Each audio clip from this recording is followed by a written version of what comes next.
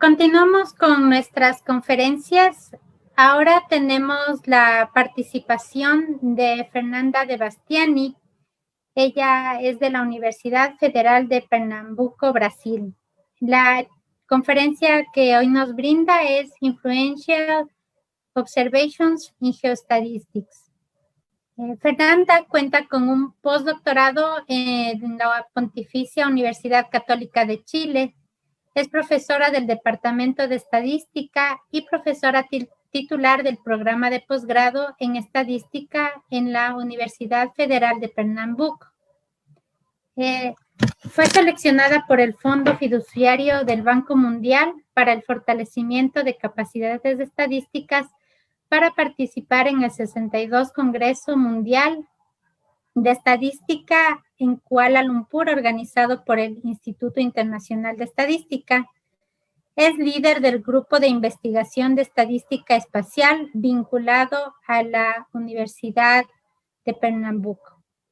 Además, es coautora de 2 libros, Flexible Regression and Smooth Using GAMS en ERE y Distribution for Modeling Location, Scale and Shape, Using GAMS en ERE. Además, tiene una beca de productividad en investigación por la CNPq de Brasil. Estamos muy gustosos y honrados de contar con tu presencia, Fernanda. Te damos paso a ti.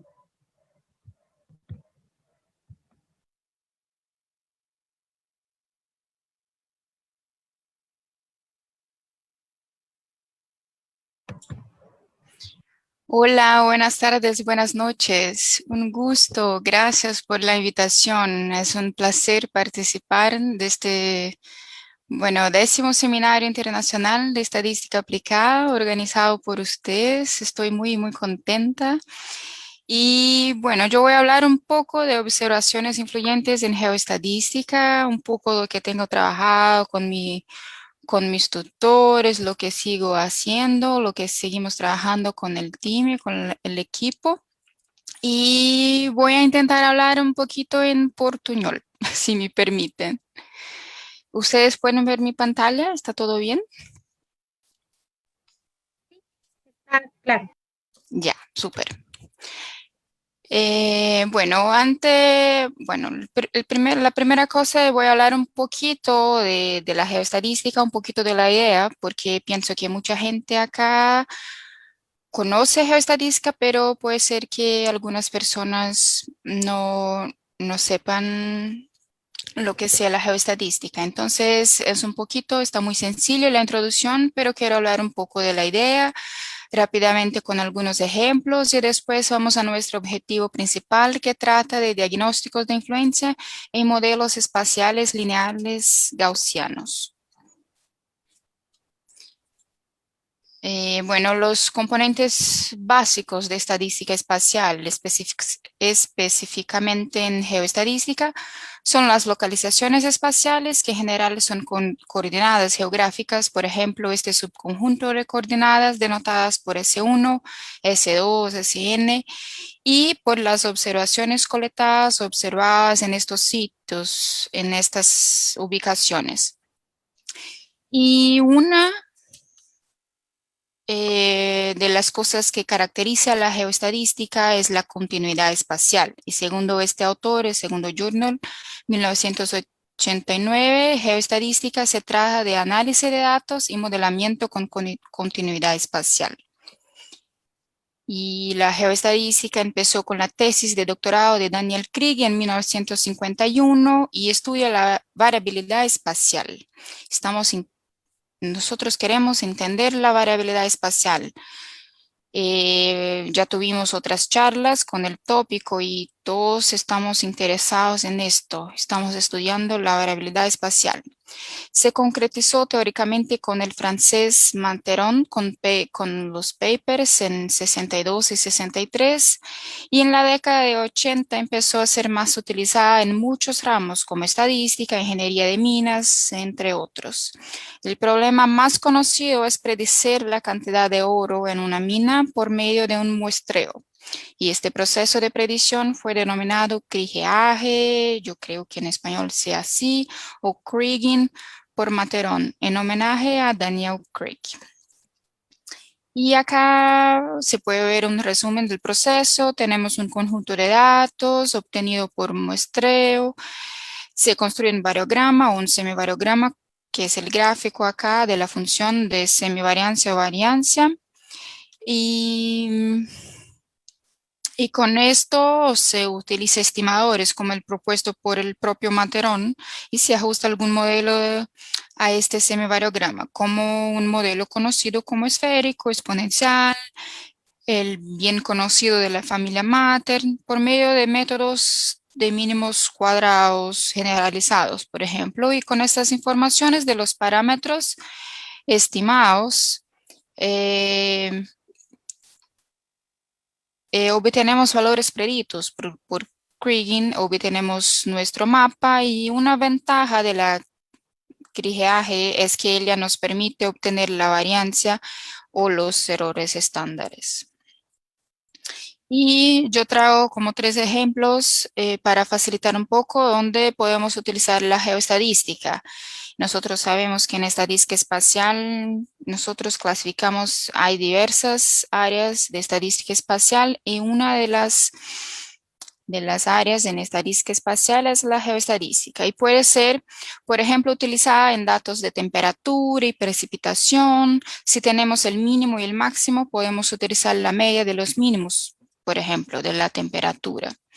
Y acá, en problemas como este, con diversos puntos en regiones que se puede considerar una continuidad espacial y hay una región de delimitación, sí podemos utilizar la geoestadística.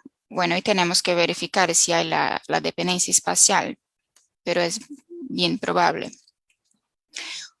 Para el estudio de contenidos de hierro en una región como esta región del sur de Brasil, tenemos 102 datos colectados por el Laboratorio de Estadística Espacial. Yo tenía el sitio acá, yo puse después si quieren, yo les puedo informar el sitio para que puedan ver más informaciones sobre lo que hace este Laboratorio de Estadística Espacial. Hay un sitio web en portugués, en español, en inglés.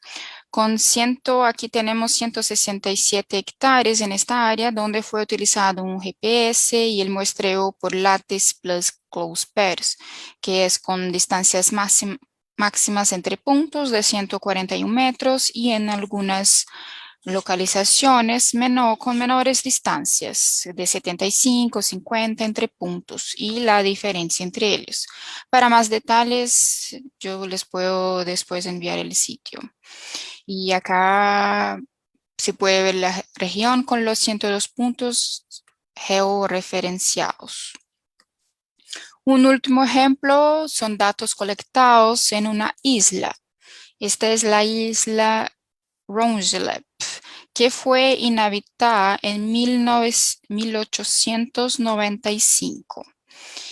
Y el mensaje de Greenpeace que decía que los residentes, los habitantes de esta isla les pidieron que los realocasen de su casa de la isla porque ellos decían que fueron contaminados por objetos, por la radioactividad, discúlpame, por las armas nucleares en el Pacífico. Aquí está la ubicación de la isla en el Pacífico. Y son datos analizados primeramente por Deagle y sus coautores en 1998 y acá tenemos 157 observaciones y la variable estudiada fue una razón que fornece información sobre la contaminación residual en la correspondiente ubicación. Acá esta fue la variable de estudio y acá tenemos la YY, que es la emisión fotográfica, la contaje para el cesio radioactivo y el tiempo en segundos. Y esta es la variable estudiada. Y estos datos fueron parte de un estudio para programas para testar armas nucleares. Entonces, este fue analizado después por otros autores, pero acá aparece el primer análisis conocido por lo menos. Y bueno, estos fueron, bueno, los resultados de la contaminación son los residuos y uno puede estudiar bien cómo se comportan los residuos de las armas nucleares acá. Y si uno ve, yo no traje la escala acá, pero sí les puedo decir que estos datos son muy altos, valores muy altos, y sí los habitantes tenían razón en decir que estaban afectados por la radioactividad. Bueno, estos fueron algunos ejemplos de donde se aplica la geoestadística para que todos estén en em,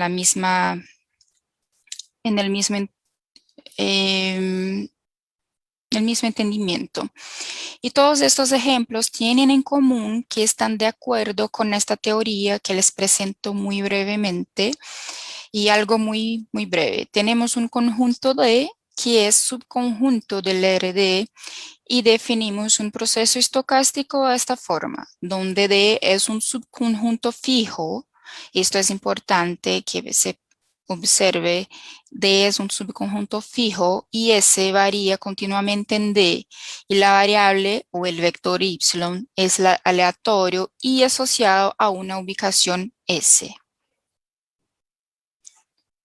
Bien. Ahora ya tenemos una introducción sobre la idea de la geoestadística, la teoría muy breve, y vamos a ver la idea de los outliers, que también se conoce, pero a ver qué son outliers en el contexto de la estadística espacial y qué son observaciones influyentes o qué pueden ser observaciones influentes, y vamos a ver una forma de detectarlas en el contexto de estos modelos que presentamos y que se puede generalizar.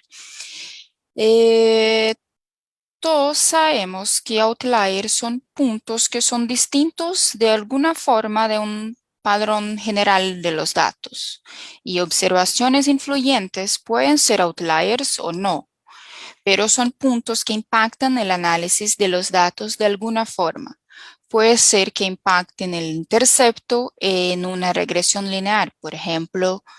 Una cosa que se hace en la práctica es hacer un análisis con el punto y sin el punto y cuantificar el impacto. ¿Y en qué se consiste este impacto? Si es la estimación de los parámetros, en este caso se puede verificar si es la construcción del mapa. Bueno, y los outliers espaciales son observaciones que tienen alguna característica distinta en un sitio isolado. O sea, alguna característica muy distinta a de sus vecinos. Puede ser que de forma general en un gráfico boxplot no aparezca porque está muy similar con los otros datos, pero si uno observa a los vecinos, está distinto de su vecino. Entonces, este es clasificado como un outlier espacial.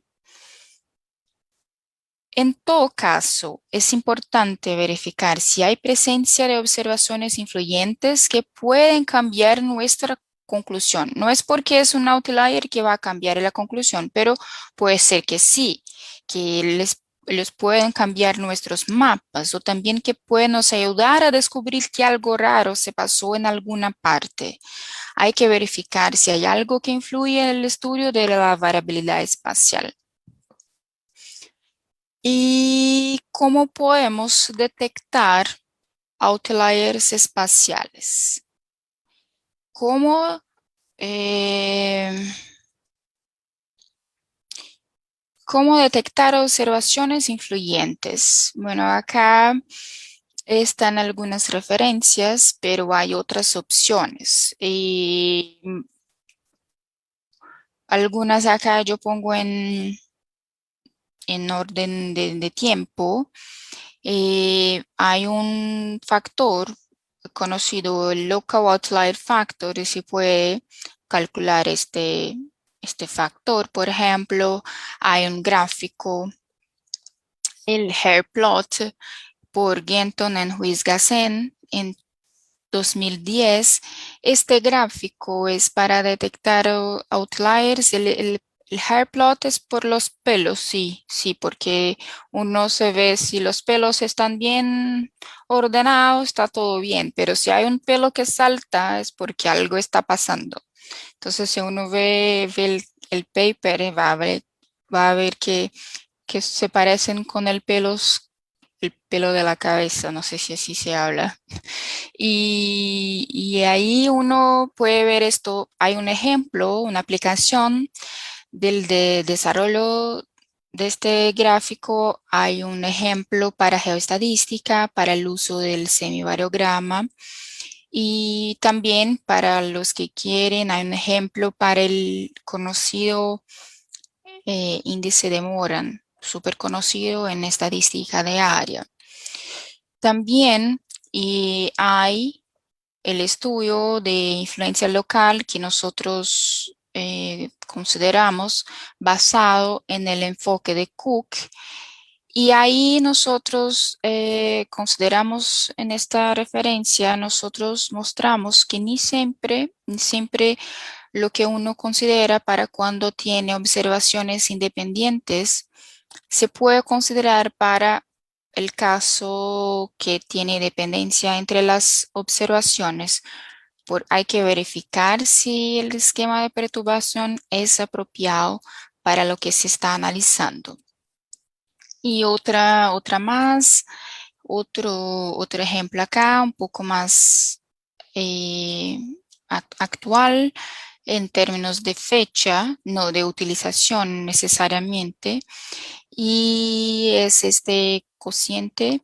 Y bueno, hay mucho más si uno pone el Google, pero esto que nosotros tracemos no necesita por ejemplo, la distancia de Cook, que uno la puede utilizar, pero la distancia de Cook, esta influencia local es distinta de la distancia de Cook. Lo que se pasa con la distancia de Cook es que uno elimina la observación, todas las observaciones una por una, y hay que hacer el análisis, el ajuste del modelo N veces el número de datos que tenga.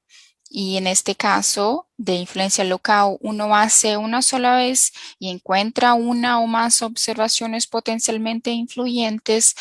Y bueno, sí, después al final uno saca una observación, pero es solo la que ya fue detectada para ver si hay o no un impacto en el análisis. Um, Bueno, el principal objetivo de esta charla es presentar técnicas de diagnósticos para verificar la presencia de observaciones influyentes en modelos espaciales lineales mixtos gaussianos.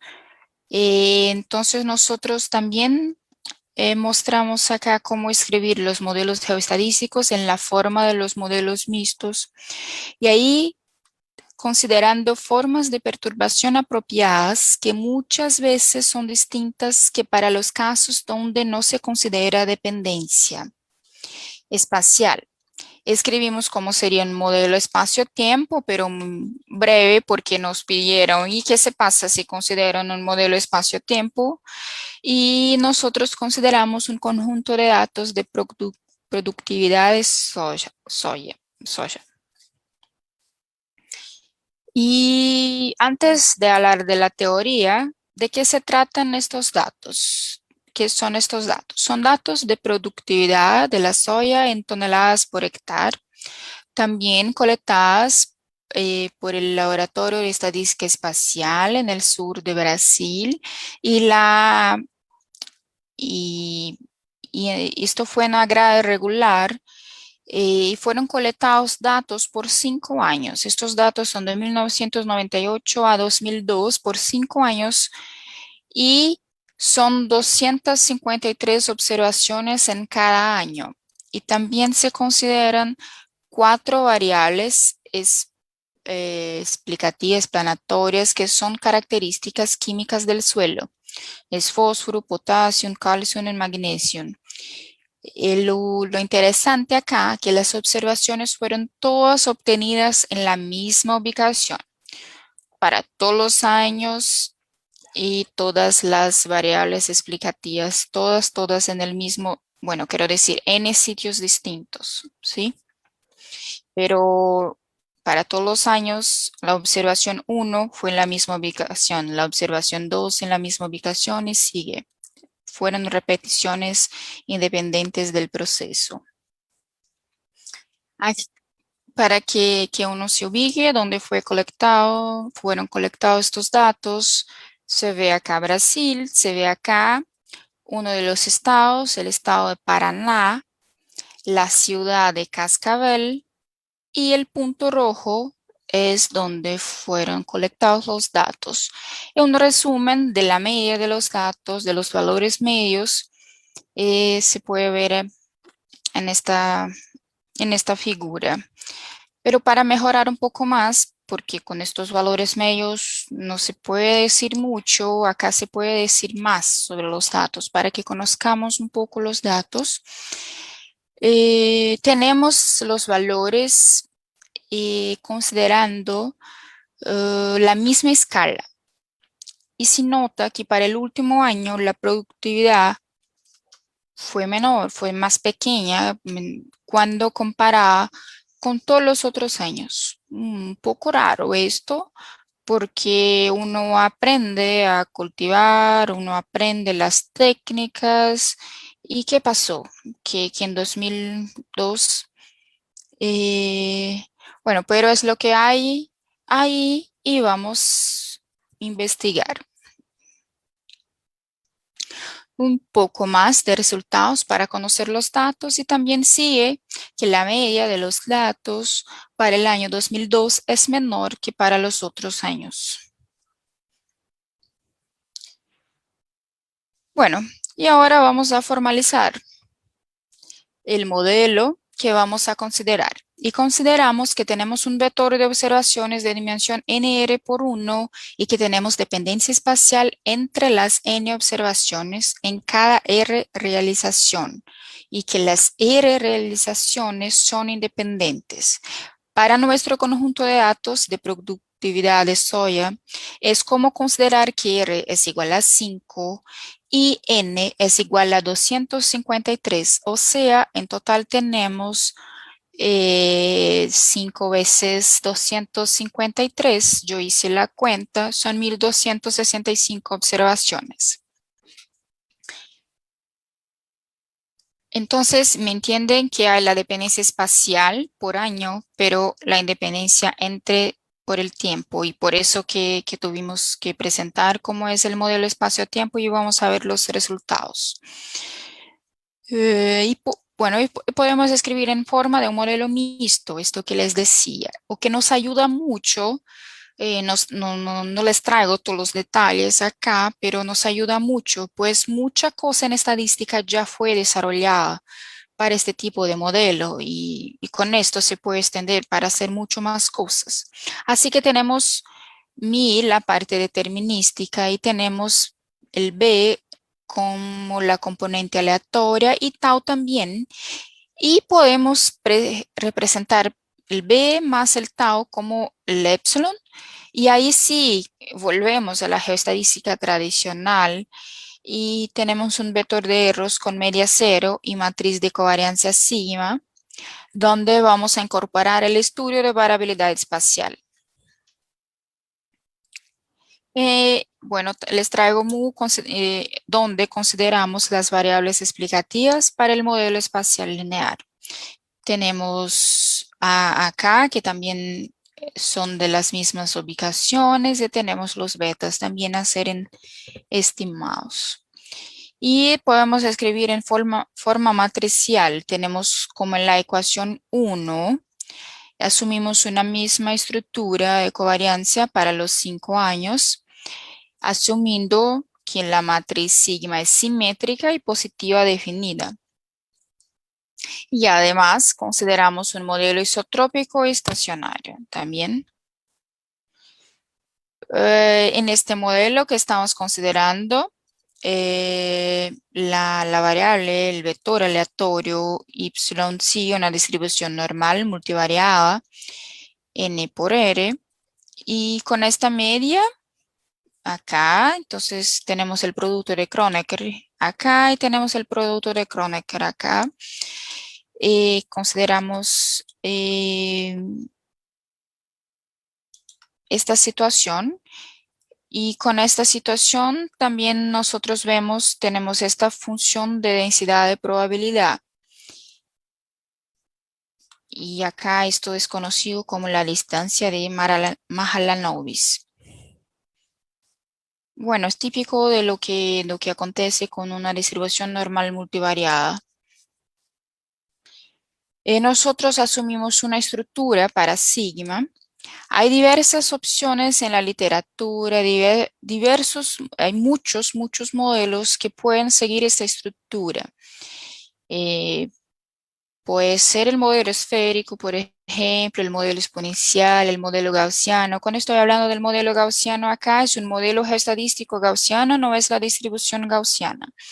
El modelo Mater les voy a presentar rápidamente cómo es la estructura. Sí, esta estructura de la forma, esta forma de la matriz sigma. Y que en nuestra notación, phi1 es conocido como el efecto Pepita, phi2 como contribución o como contribución parcial, como partial seal. Y la matriz R contiene la estructura de correlación que depende de un o más parámetros relacionados con el alcance del modelo, donde se puede determinar el rayo de dependencia máxima. Y ahí entonces les traigo un ejemplo muy conocido para la estructura de covariancia. Es la función de covariancia de la familia Mater, donde aparecen 4 parámetros. Y mejor ver en el gráfico. En este gráfico podemos ver cómo el alcance aumenta conforme uno aumenta el valor del parámetro phi4. Este parámetro es conocido como, bueno, manteniendo todos los otros parámetros fijos. Y este parámetro phi4 a veces se aparece como kappa, como nu. Es conocido como parámetro de orden o de suavización. No pongo muchos detalles acá para no tomar mucho tiempo, pero el proceso de estimación fue hecho utilizando el método de máxima verosimilitud. Se encuentran las funciones de scores igual a 0 y todo lo que ya conocemos. Y para un modelo espacio-tiempo tendríamos que los valores observados dependen del tiempo y de la ubicación de las observaciones. Les traigo acá cómo sería un modelo espacio-tiempo. Con I variando de una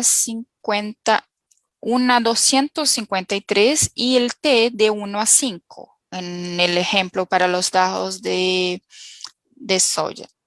Vamos a ver en la aplicación que consideramos algunas estructuras de covariancia conocidas para este tipo de modelo, pero se eligió el modelo con independencia en el tiempo. Por eso no es necesario explicar tanto. La idea que utilizamos para los diagnósticos de influencia es basada en la idea de Cook en 1986, distinto de la distancia de Cook de 1977. Acá no se hace eliminación de observación y cálculo observación se hace todo una sola vez, haciendo una pequeña perturbación en el modelo. Se hace una pequeña perturbación en el modelo, en los datos, en alguna cosa que se quiere estudiar. Se introduce un vector de perturbación omega y se genera un modelo perturbado. Y con esto obtenemos un logaritmo de la función de verosimilitud correspondiente al modelo perturbado. Y tenemos como base esto el desplazamiento de la verosimilitud, el afastamiento, desplazamiento de la verosimilitud, que es una diferencia entre verosimilitudes del modelo postulado y modelo perturbado con sus respectivos parámetros ahí. En una figura 3D bueno, imaginando, sí, en el plano, sí, pero una superficie ahí. Podemos decir que tenemos los vectores omega de perturbación en distintas direcciones y tenemos una superficie que representa el desplazamiento de la verosimilitud y hay un plano tangente, bueno, a un punto omega. Este vector omega es conocido como el vector de no perturbación. Se puede recuperar el modelo postulado en este punto. Y otro plano que corta esta superficie a este plano tangente, a este otro plano que corta esta superficie, donde tenemos una curvatura y con ella hacemos unos cálculos. Hay que hacer algunas manipulaciones algébricas, pero por suerte Cooke nos dejó escrito un poco más sencillo para seguirnos el análisis. Con esto vamos a descubrir qué observación afecta más nuestro análisis para obtener los resultados. Entonces, con la ayuda de Cook y, bueno, pulando algunas etapas, pero ya usando el resultado de Cook, ya tenemos la fórmula algébrica para la curvatura normal. Necesitamos obtener para nuestro modelo la matriz, tener la matriz de información observada, que es la L, y necesitamos obtener la matriz delta para cada parámetro, que es la derivada del logaritmo de la verosimilianza del modelo perturbado en relación a los parámetros y al parámetro beta y el omega y después el parámetro phi y el omega. Mm, bueno, con esto es importante, bueno, necesitamos de la matriz delta, necesitamos hacer unas cuentas para obtenerlas, un par de derivadas y logramos lo que necesitamos. Pero es importante pensar en cómo perturbar y cómo cada perturbación nos puede ayudar en nuestras conclusiones. Entonces, cuando uno hace una perturbación, hay que pensar qué perturbación y si están bien. Ok, y además tenemos los resultados y qué hacemos. Les digo que podemos hacer gráficos y algunos de estos nos pueden ayudar a identificar mejor las observaciones potencialmente influyentes y son estos gráficos que presentaremos en nuestros análisis. Ok, pensamos en tipos de perturbaciones para lograr interpretaciones, pero hay que verificar si son apropiadas. Y entonces algunos resultados de Su y coautores 2007 nos ayudan también a determinar esto. Y, y ahí qué dice Ellen en su paper. En su paper, él afirma que debemos calcular la matriz de información de Fisher con respecto al vector de perturbación. Si esto aplicado al vector de no perturbación, el omega cero, recuerda, es igual a una constante veces la matriz de identidad, todo bien. Felices. Seguimos con un esquema de perturbación apropiado. Si no, hay que hacer algunas modificaciones hasta encontrar el esquema de perturbación apropiado. Hay que tener cuidado pues muchas veces lo que funciona para modelos no espaciales no funciona para modelos espaciales. Como dicen estos dos papers eh, de Sue, de Jiménez en Galea, Galea, el profesor Manuel Galea de la PUC. Eh, bueno, los ponen en la interpretación. Como dicen, esta condición presentada determina ortogonalidad entre distintos componentes del vector de perturbación, asegura uniformidad a la cantidad de perturbación y elimina posibilidad de componentes redundantes, de omegas redundantes. Y voy a presentarles dos tipos de perturbaciones: ponderación de casos y perturbación de la variable respuesta. Y para la perturbación de la variable respuesta, dos tipos de perturbaciones. En la ecuación 3 vemos lo que él conoció como ponderación de casos. Y entonces acá entonces vamos a tener 5 puntos porque iba de 1 a R. Ya, entonces, acá vemos la respectiva función de densidad de probabilidad perturbada y le recuerda que necesitamos de esto para obtener estos resultados acá. Aquí, bueno, Con esto, no es tan directo, pero qué suerte que ya tenemos los resultados y con esto, con esta matriz de perturbación, uno puede hacer unos cálculos y verificar si satisface la condición para ser considerada apropiada. Mismo que no sea tan directo, pero qué suerte que si uno consigue esta condición que presenta el SU y si satisface la condición, seguimos felices. Entonces tenemos una situación, conseguimos, se puede hacer, en caso de que no se encuentre la forma apropiada, se puede hacer alguna adaptación y tener la forma apropiada y seguir felices. Y para el otro tipo de perturbación, para el segundo tipo, la perturbación en la variable de respuesta, dos esquemas de perturbación, porque a ver lo que queremos estudiar.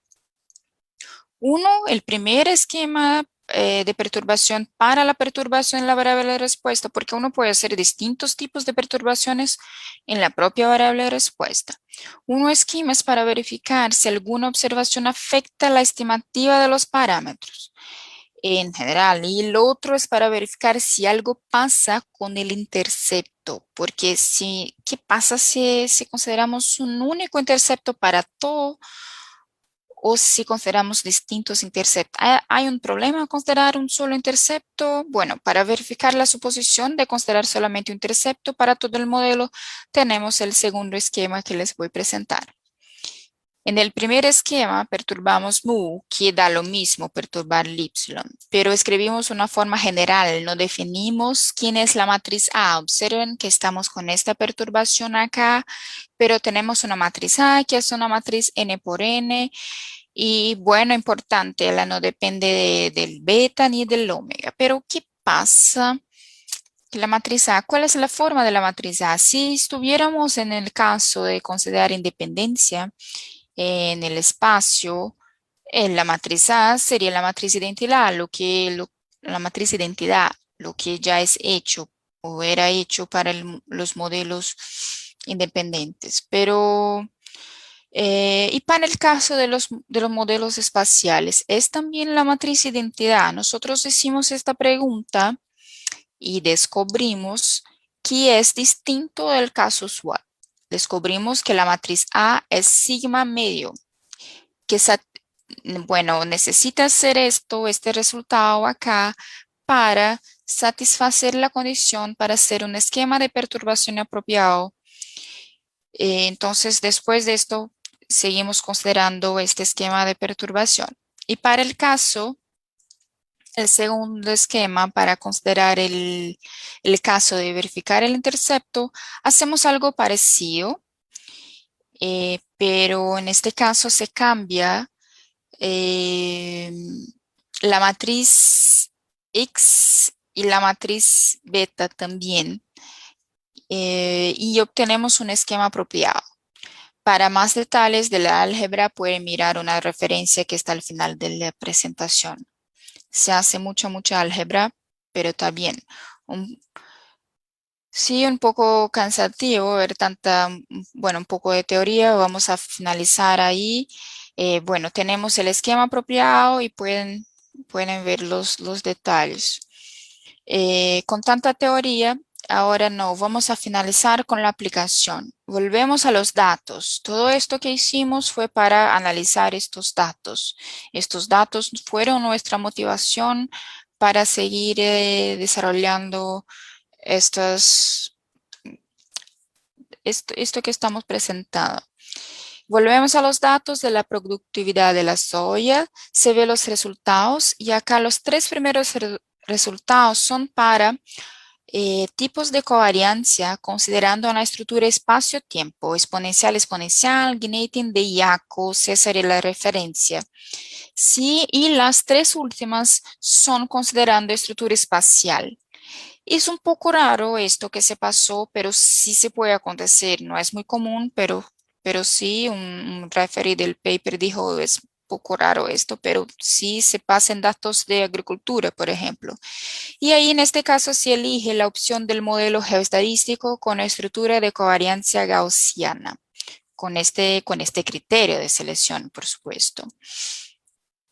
Y ahí tenemos los parámetros estimados, por si acaso, con sus respectivos errores estándares asintóticos, considerando las 4 variables explicativas del modelo, pero lo que queremos ver, lo que quiero mostrar es este gráfico con resultados del análisis de la calidad de ajuste. Aquí es para verificar la calidad de ajuste y observamos que para el año 5 nuestro modelo casi no se ajusta porque, bueno, el año 5 está un poco raro, está un poco distinto, algo puede haber pasado.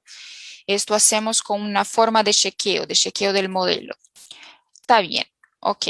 Y seguimos con los estudios de diagnósticos de influencia y acá están los gráficos que les dije que iba a presentar. Y uno,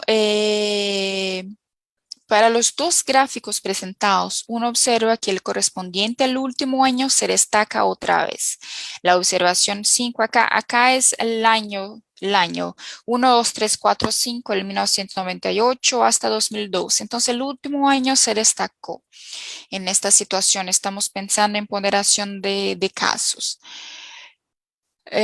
Y ahora vamos a ver para la perturbación en la respuesta, considerando el esquema 1, los dos gráficos son considerando el esquema 1, y para el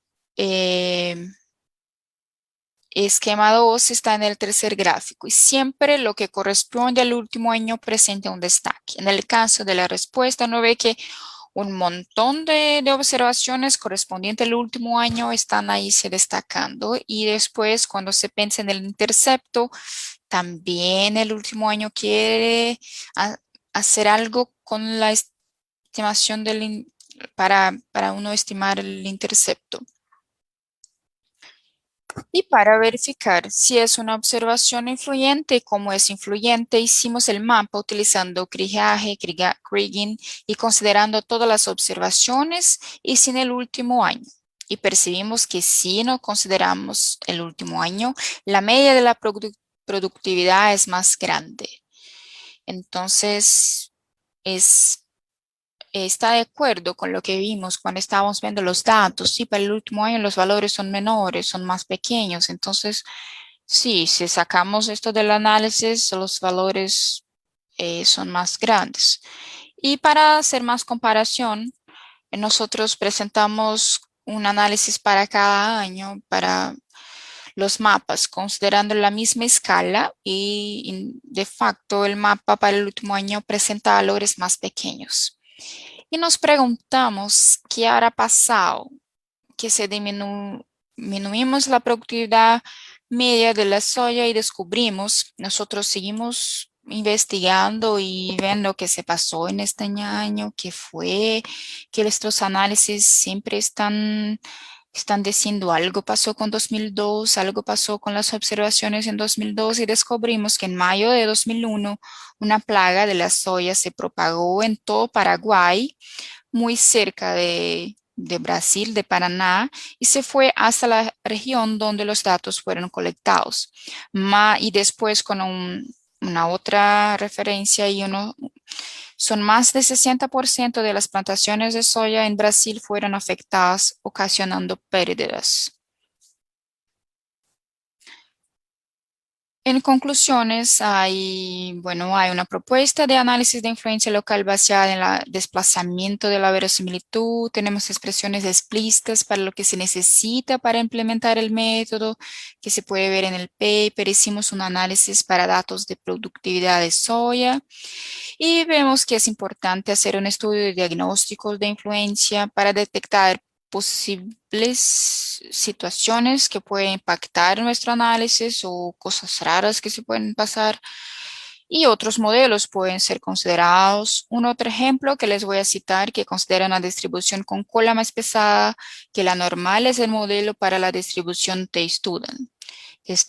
Uno puede mirar este paper de 2021.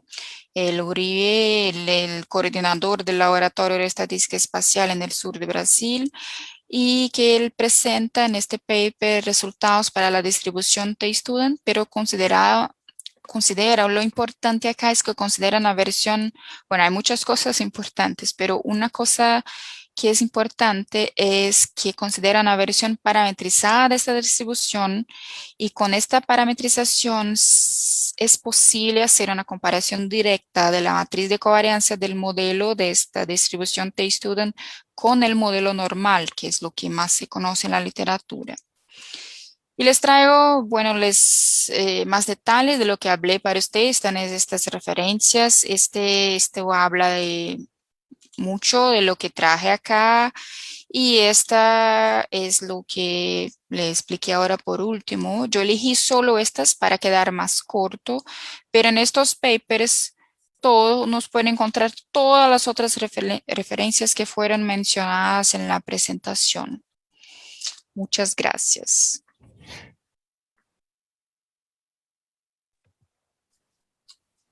Muchas gracias, Fernanda. Muy, muy interesante todo lo que hoy nos has contado. Por favor, si me das un momento para ver si hay preguntas en Facebook y ya te comparto. Sí, gracias.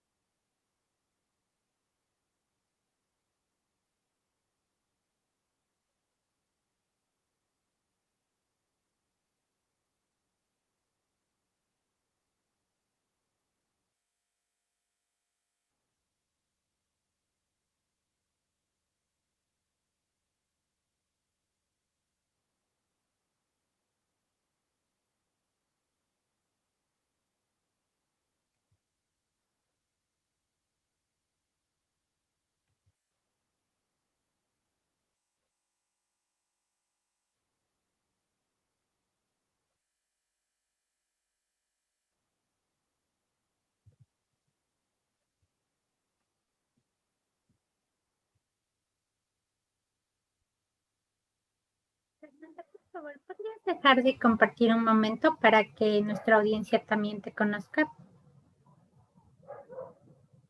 Sí.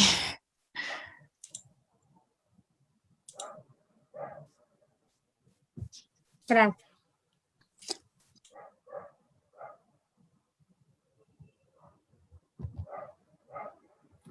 Gracias. Bueno, me parece que es un tema muy, muy interesante y pues es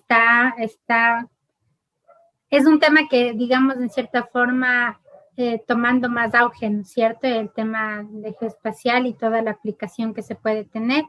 Justamente en el seminario hemos tenido varios temas de geoespacial. Tuvimos en la mañana al doctor Rubén Fernández, que incluso ha desarrollado algunos paquetes en R y nos contó lo que ha hecho el último paquete, digamos, el más actualizado. Y antes también en la jornada de la tarde nos comentaron sobre la predicción de sismos utilizando la parte geoespacial. Entonces, ahora nos están escuchando muchos estudiantes universitarios, entonces me gustaría que les puedas motivar. ¿Por qué estudiar la parte geoespacial? Bueno, hay un montón de razones para estudiar la parte espacial, y depende si se puede usar, estudiar la parte espacial si el interés es en la ubicación, como los procesos puntuales, y si el interés es en la variable eh, conectada a una ubicación, que hay el tema de la geoestadística y la estadística espacial de áreas. Por ejemplo, el tema del COVID, del coronavirus, que nos hace que no puedo conocer Ecuador ahora por esto. y y está pasando algo muy triste en el mundo. Sí, ahí son problemas que, bueno, ¿cómo les puedo decir? Antes era mucho más difícil estudiar el tema de espacial, porque muchas veces tema de la computación es un poco más complejo, pero ahora esto ya no es más tan complicado, ya tenemos muchos datos y hay muchas situaciones, por ejemplo, si vamos en la agricultura, el tema de la agricultura, nosotros lo que pasa en un sitio es muy parecido a lo que pasa cerca. Entonces, uno considera el tema de geoestadística, en este caso, para el tema de agricultura de precisión. Hay muchos órganos, bueno, puedo decir la FAO, por ejemplo, uno puede ver en los informes de la FAO que ya utilizó Kriging para hacer unos análisis, la Organización Mundial, la FAO, de la Organización Food y Agriculture, Organización Mundial de Comida y Agricultura. Eh, para el tema de las doenças y para ver lo que pasa, para el tema de los crímenes, hay un montón de aplicaciones y por eso yo les traje los tres primeros ejemplos para el estudio de radioactividad, para el estudio de petróleo. Entonces, cuando nosotros identificamos que una observación en una localización, una ubicación, y hay muchas cosas que la interpretación de lo que está próximo es muy parecido, se puede pensar en estadística espacial. Y cuando se quiere estudiar el tema de la variabilidad espacial. Y hay que ver, cuando se define el proceso estocástico, hay que ver la interpretación, hay que ver cómo es el espacio que está. El D que yo mencioné en la presentación es fijo, es aleatorio, que es fijo, y aún uno sigue para una forma distinta de pensar en el proceso estocástico.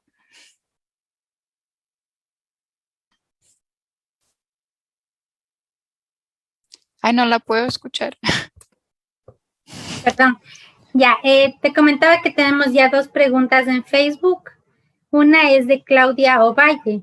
Dice, ¿qué tan distintos es un modelo geoestadístico donde se considera retiro de estos casos especiales y uno donde se conserva?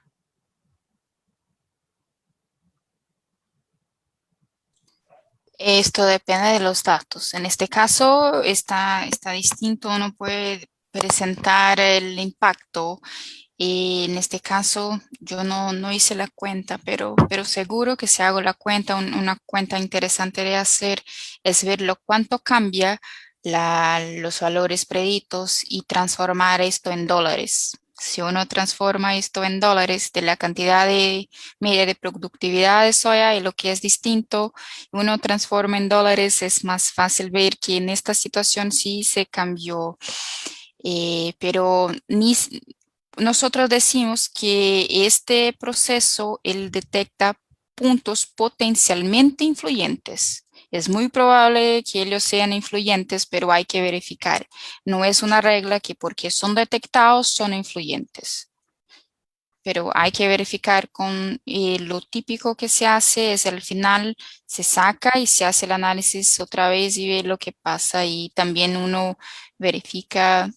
Y es importante en algunas situaciones, no tan, el impacto es también para conocer, para saber, oh, aconteció un problema acá, hay que corregir. Por ejemplo, en agricultura, que yo empecé estudiando esto, estudiando cosas de la agricultura. Entonces, lo que los ingenieros muchas veces hacen, ellos estiman la productividad o alguna cosa y verifican, no, acá en este espacio, acá en esta región fue un poco baja. ¿Qué pasó acá?